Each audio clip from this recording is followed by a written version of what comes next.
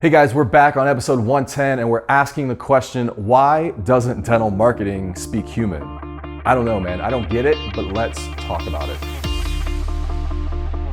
Hey everybody, what's up and welcome to the 88 show. This is the internet's only dental show where we talk about what matters most in the marketing world. I am your host, Joshua Scott. This is episode 110. Cruising right along here on a Monday morning. This month's article, we are continuing the conversation on Upside Down. Last episode, I talked about the car accident growing up in California and how that relates to dentistry. Today, we're talking about how to speak human. How to speak human in our marketing. And I think what was interesting is when I first got into dentistry, I knew that dental marketing was really bad. I also thought there was kind of a reason for it.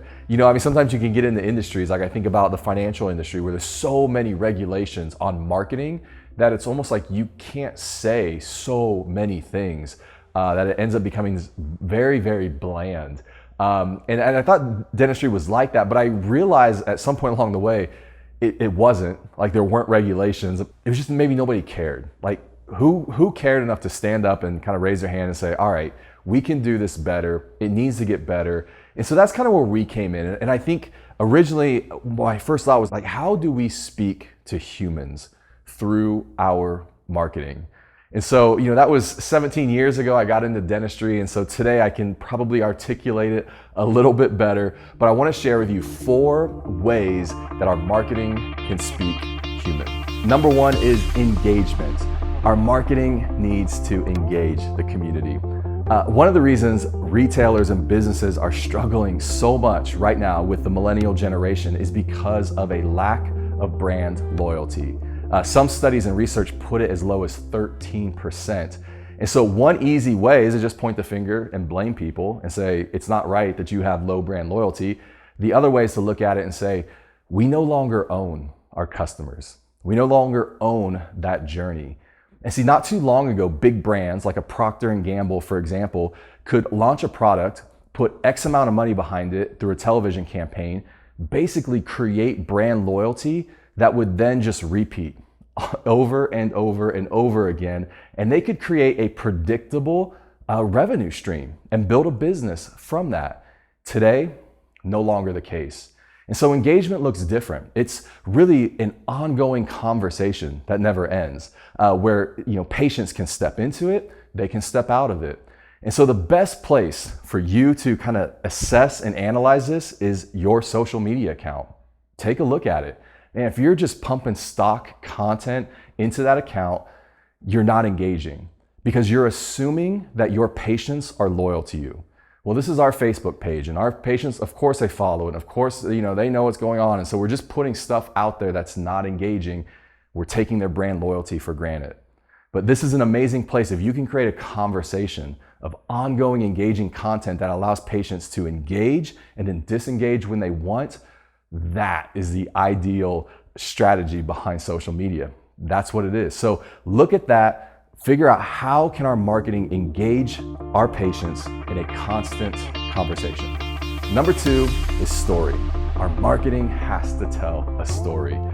You can see this in social media. If I asked you to take your phone out and just start scrolling through your Instagram account, just kind of getting a real quick impression of all the different posts. But then if I asked you to stop every time you saw a corporate sponsored ad, I'll bet you could probably do that with a high percentage of accuracy. You'd probably guess most of them.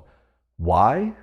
Because they just look corporate. They just look businessy. They just look like they're trying to sell you something. And so companies, the way they handle that is they're like, okay, we need to do better ads, but I don't think better ads are the solution.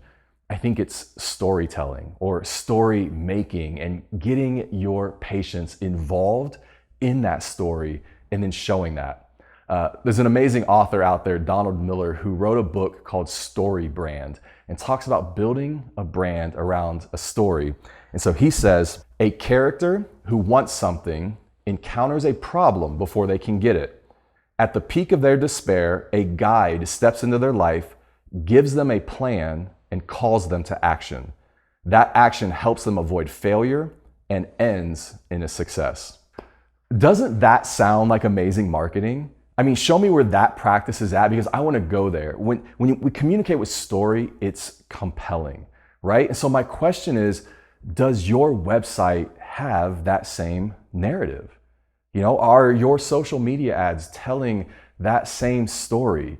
At the end of the day, I mean, human marketing, when it comes back to story and the story of your patients, is so much more compelling. Number 3 is values.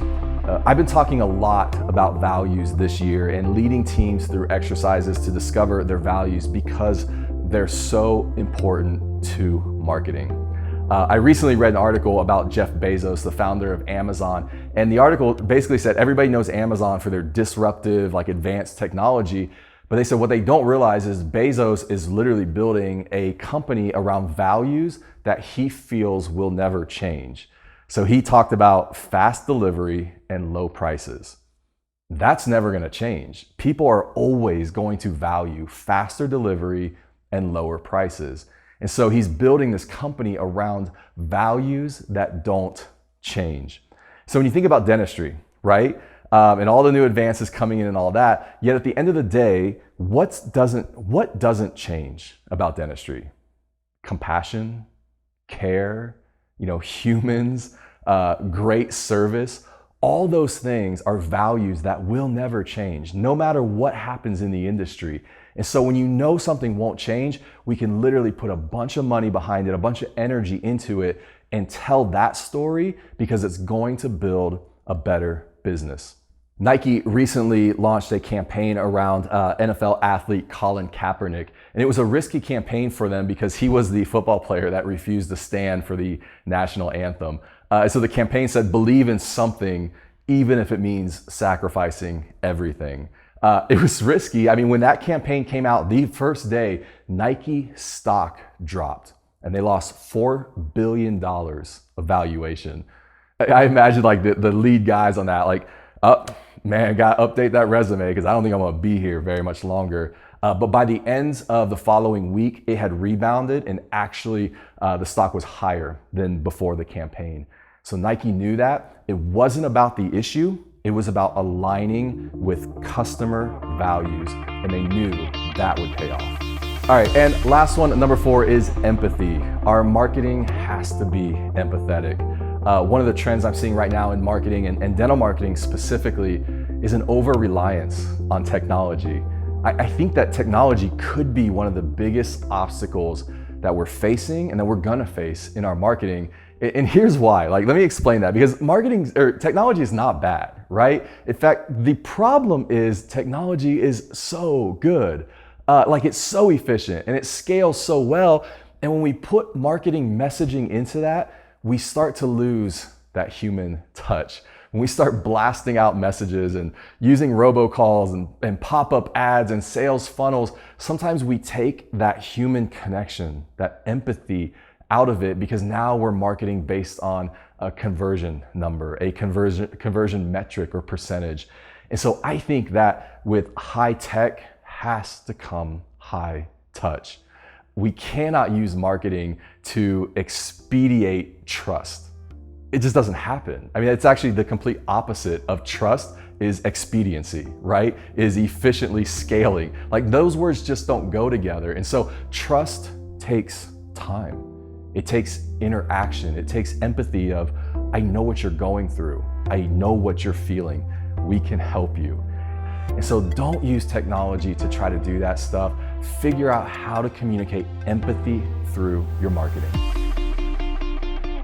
All right, guys, that wraps up episode 110. Thank you so much for being here. A few parting words. Look, it's not the most automated company that's gonna win. It's not the best technology that's gonna win. It's not even the most carefully planned sales funnel. The most human company will be the company that wins. So take a look at your marketing. Make sure that you are speaking human to the patients in your community. All right, this month's article, upside down, you'll find the link below. Would love to hear your thoughts on that. Best place to find me online is at Instagram, at Joshua Scott. Hit me up there. Let me know what you think. Give me a shout out. Would love to hear from you.